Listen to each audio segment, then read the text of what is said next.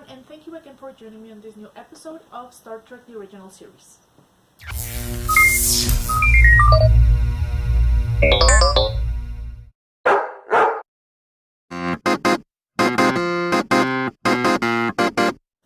So today's episode is, I have to be honest, this is the kind of episode that has really not caught my attention because of the title.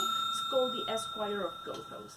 So, as always, I never read or get any info on any of the episodes until after I watch them. Is when I get info from either I find it online or you guys tell me so much trivia. And don't get me wrong, I really love all the information that you guys leave in the comments. Like, you know your history, and I know that you really love the show. So when you share all you know about the making of the episode, or it was inspired or of something, and you guys tell me, I really feel interested in everything you guys have to say, and I really appreciate you guys leaving those comments. Some of you have been super nice and have been really noticing the changes that I've been doing to this channel, and I really hope to keep improving on whatever I do. Today's snack is going to be a decaf latte and some Oreo cookies. Right, so let's get this done.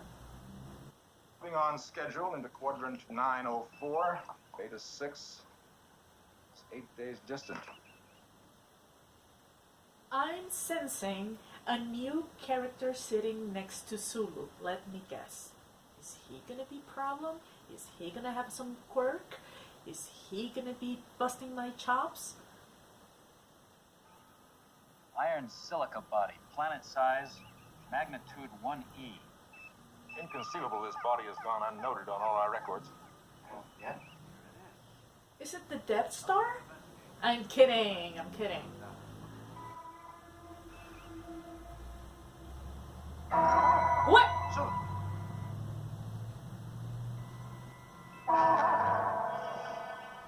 Mr. Spock, they're gone. What? emergency. Full reverse power. What? Greetings. Very medieval writing. Coordinates to Mr. Scott. Once on the planet's surface, you'll establish contact with this medium.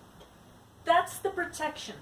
I mean, the guy just said that there are tornadoes, that there's really not that much life expectancy. I mean, not to be... Now, in the naked time, there was this guy wearing this suit that looked like a hazmat suit made with a shower curtain or someone. Somebody said that it was a shower curtain. I mean, that was a little more protection than that, in all honesty. I mean, why are they not wearing, like an armor or something, considering how hostile the environment seems to be? Like, my opinion. Okay, I take everything back. Okay. Trees and grass and where are the fucking tornadoes? They promised me tornadoes. It's so easy.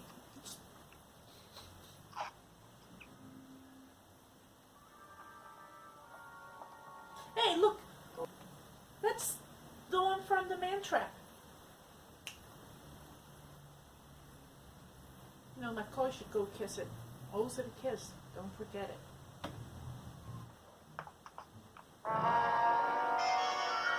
That's scary. That's so scary.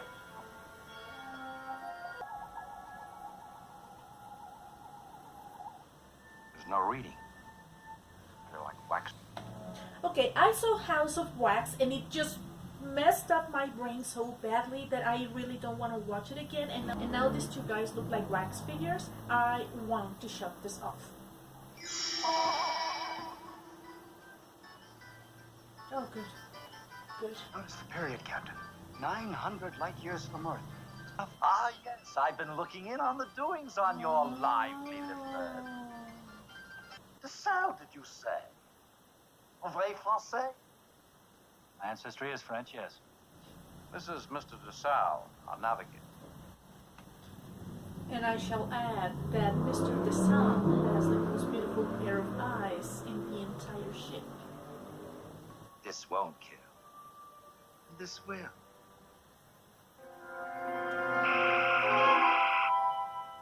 Oh, how marvelous! I thought he was gonna test it on the song. Mistake. I swear I thought he was gonna test it on one of them.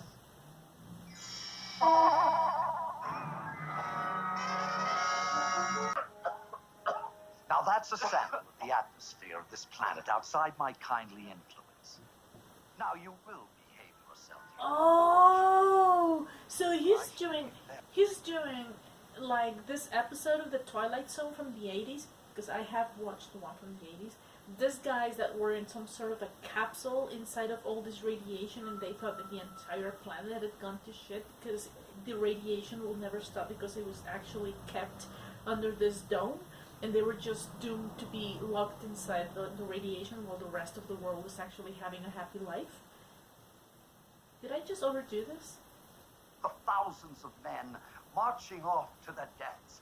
This guy has an obsession with death. Notice the wood fire, Captain? Burning steadily, ember bed glowing. It doesn't Is give this off a any heat. simulation? Look. Of course. We're all your weapons, Captain. You will see to his punishment. Who the hell do you think you are? But I don't like it. And we don't give a shit. Drawing room is much more appropriate and tasteful. Don't you agree? No. But so much more fitting. I love Sulu. Taken on one of your raids of conquest, no doubt, Captain. No doubt. She has. Oops. I object to you. I object Ooh. to intellect without discipline. I object to power without constructive purpose. Oh, Mr. You're ill-mannered. The human half of you, no doubt.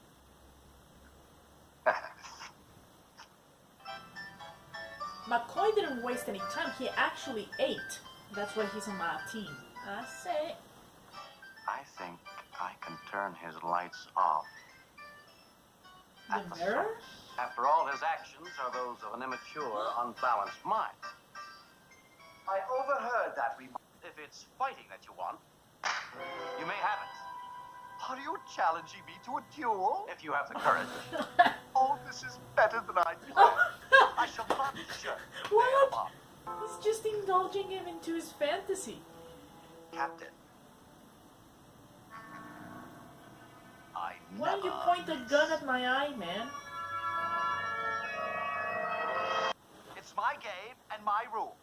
So But childish. you need to be. My fate is in your hands. Shoot the mirror.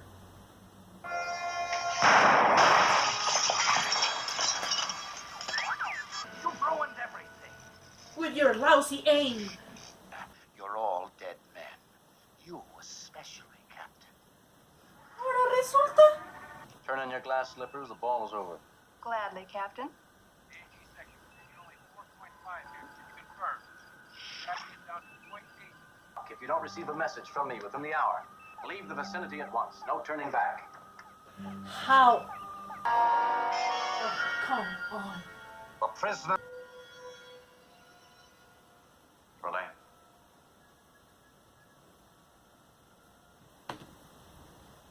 So, when he made his research about how the trials were made on Earth back in that time, or in the time that he's allowed to see, he knew that there would be only one judge and a spotlight following the accused.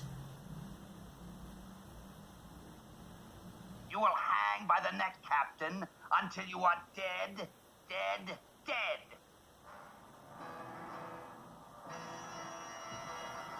I want to smack his stupid little wig off. Ugh. The stakes, a human life. Mine. Oh, always gambling his life to save the day. Always back to your ship. Yeah. Remember, Trelane, you promised to let my ship go. Such sport. I must fetch all the others back come to play. on. I order you, I order you. You broke it. You...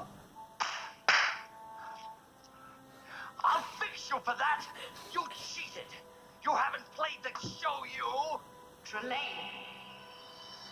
Oh no, that's his mom? No! You always stop me when I'm having fun. You're disobedient and cruel. Please accept our apologies.